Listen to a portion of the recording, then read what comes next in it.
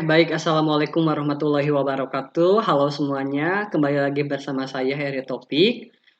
Pada kesempatan kali ini saya akan menjelaskan atau mempresentasikan mengenai pemecahan masalah di siswa.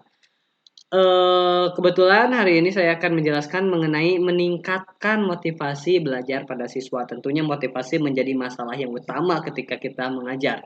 Apalagi udah mulai terlihat kita melihat siswa sudah mulai malas-males, tidak bergairah dalam belajar, maka itu masalahnya ada di motivasi.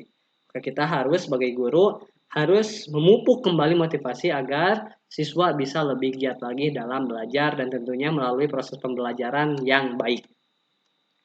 Adapun deskripsi permasalahan yang dihadapi, sikap jenuh dalam belajar adalah salah satu permasalahan yang mengakibatkan turunnya motivasi siswa dalam pembelajaran. Salah satunya dalam mata pelajaran seni rupa. Pembelajaran teori seni rupa yang selama ini terjadi di sekolah-sekolah dirasakan kering dan membosankan. Mempelajari dan menghafal banyak materi memang bisa membuat sebal sebagian siswa. Selain itu juga ada rasa jenuh, mengantuk, dan masih banyak alasan lainnya. Kemudian adapun akar permasalahan, kenapa hal itu bisa terjadi? Yang saya temukan adalah dua faktor. Yang pertama, eh, ini meliputi pertanyaan bagaimana meningkatkan motivasi belajar seni rupa pada siswa. Yang kedua, bagaimana menumbuhkan minat belajar seni rupa terhadap siswa. Jika dua masalah ini dapat ditanggulangi, maka ketika proses pembelajaran akan lebih mudah. Kemudian ada alternatif solusi. Apa yang saya lakukan? Ada 4 solusi yang saya tawarkan. Yang pertama adalah menciptakan suasana belajar yang menyenangkan. Tentunya belajar yang menyenangkan lebih bagus dan lebih efektif untuk mentransfer ilmu kepada siswa. Karena dengan hal yang menyenangkan, siswa jadi tidak merasa terbebani. Siswa jadi merasa lebih enjoy dalam menyerap sebuah ilmu pengetahuan. Yang kedua, melakukan ice breaking sebelum pembelajaran dimulai. Jadi kita bisa ice breaking dengan ya biasa mengobrol santai tentang kehidupan sehari-hari, apa yang sudah dilalui oleh siswa, atau bisa juga kita memberikan sebuah games yang menarik, misalkan games yang melibatkan juga kinetis siswa jadi lebih menyenangkan. Itu bisa kita gunakan sebagai bagaimana siswa untuk mengawali pembelajaran yang lebih menyenangkan. Yang ketiga, memberikan kesempatan kepada siswa untuk aktif dan kreatif ketika pembelajaran. Tentunya ini bisa terjadi ketika kita menyampaikan materi yang menyenangkan. Terakhir, memberikan reward kepada siswa. Tentunya reward ini adalah sebagai best appreciation terhadap siswa agar siswa bisa menjadi termotivasi kembali untuk lebih belajar dengan giat, dan bagi yang kurang termotivasi bisa melihat temannya yang sudah giat sehingga bisa memicu semangat belajarnya menjadi lebih baik lagi. Reward ini tidak harus selalu hal yang kayak makanan atau misalkan barang, bisa juga melalui tindakan-tindakan seperti pujian, itu bisa juga.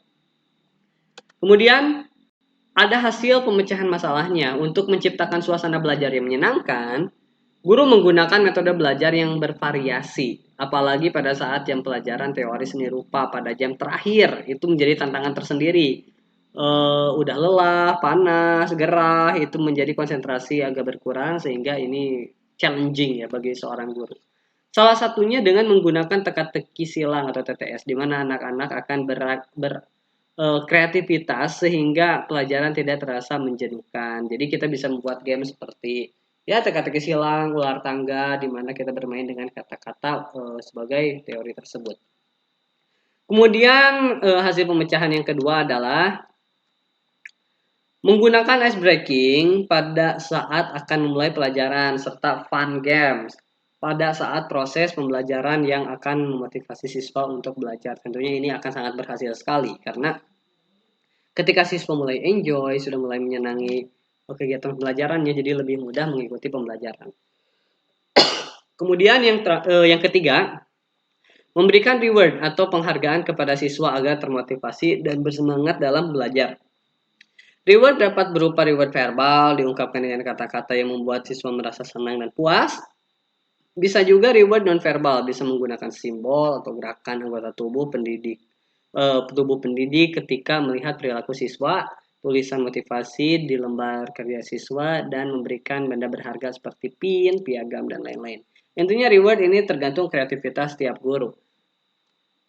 Dan dari semua itu saya mengajukan sebuah rujukan yaitu pengamatan pada saat proses pembelajaran secara langsung di kelas. Jadi ini based on pribadi aja gitu. Jadi saya menemukan bagaimana masalahnya, kemudian ada solusi-solusinya dan saya melakukan dan alhamdulillah ada beberapa perubahan yang terjadi pada siswa saya ketika saya mengajar dengan melakukan beberapa eh, pemecahan-pemecahan masalah yang sudah saya ungkapkan.